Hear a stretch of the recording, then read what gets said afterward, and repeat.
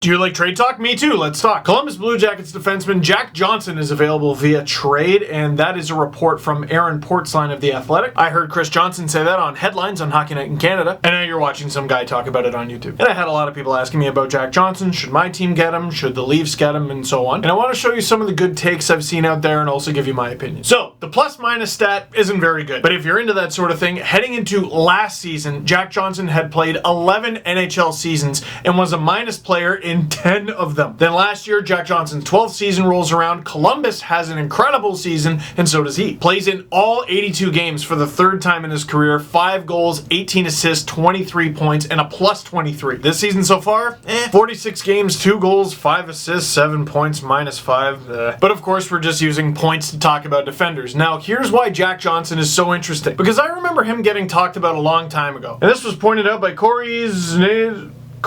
It's pointed out by Corey. Jack Johnson was Rasmus Ristolainen before Twitter was a thing. Still don't know what that means? The OG Corsi punching bag. Andrew McDonald succeeded him. So in that, Jack Johnson is a really interesting case. When you think of defenders who typically get beat up for having bad possession numbers, bad Corsi numbers, whatever, it's because they're like stay-at-home defenders. They don't score very much. Think of a guy like Dan Girardi. While offensive defensemen, they seem to get a nod, causing people to argue, yeah, but he can't defend, and then yada yada yada. And Jack Johnson, for most of his career, fits into the more offensive defenseman category. He's hit over 30 points 4 times. He's hit over 40 points twice. And he was kind of the first guy I remember, the fancy stats people going, no, he's not very good. To use a Leafs example, I think Jack Johnson actually is what a lot of Leaf fans think Jake Gardiner is. Look, I get super mad at Jake, okay? He makes a lot of bewildering decisions in his own zone, but the guy can put up some points. But what about him defensively? Well, he's better than Jack Johnson. At least that's what the numbers say. And I said this on Twitter. I tweeted out basically exactly what I said about Jack Johnson and Jake Gardiner just now, verbatim. And then I got a tweet that was very complimentary of me, but also it was a side-by-side comparison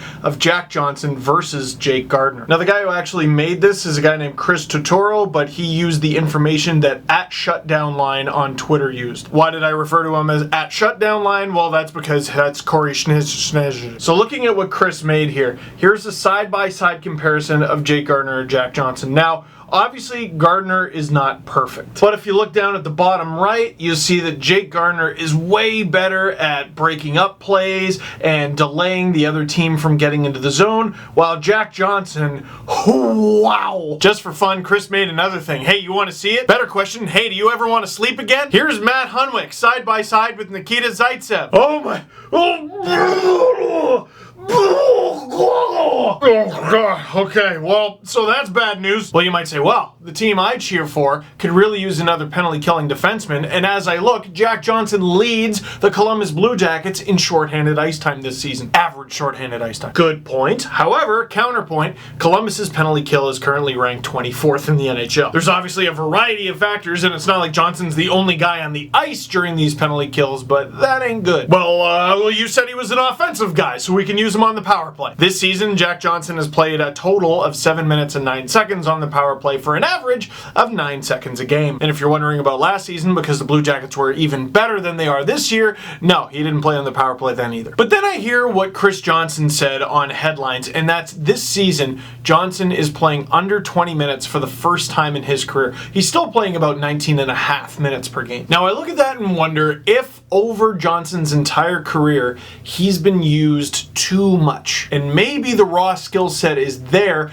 and with the right coaching and the right usage, he could actually be of real use to someone. Then there's the issue of cost. Looking at capfriendly.com here, we see that Johnson is Columbus's second highest paid defenseman, their highest paid left-handed defenseman, and he is a pending free agent, which brings us to why we're even having this conversation in the first place. Apparently, Johnson has asked for a trade, which is based on contract talks falling apart, supposedly. Now, here's the awkward part.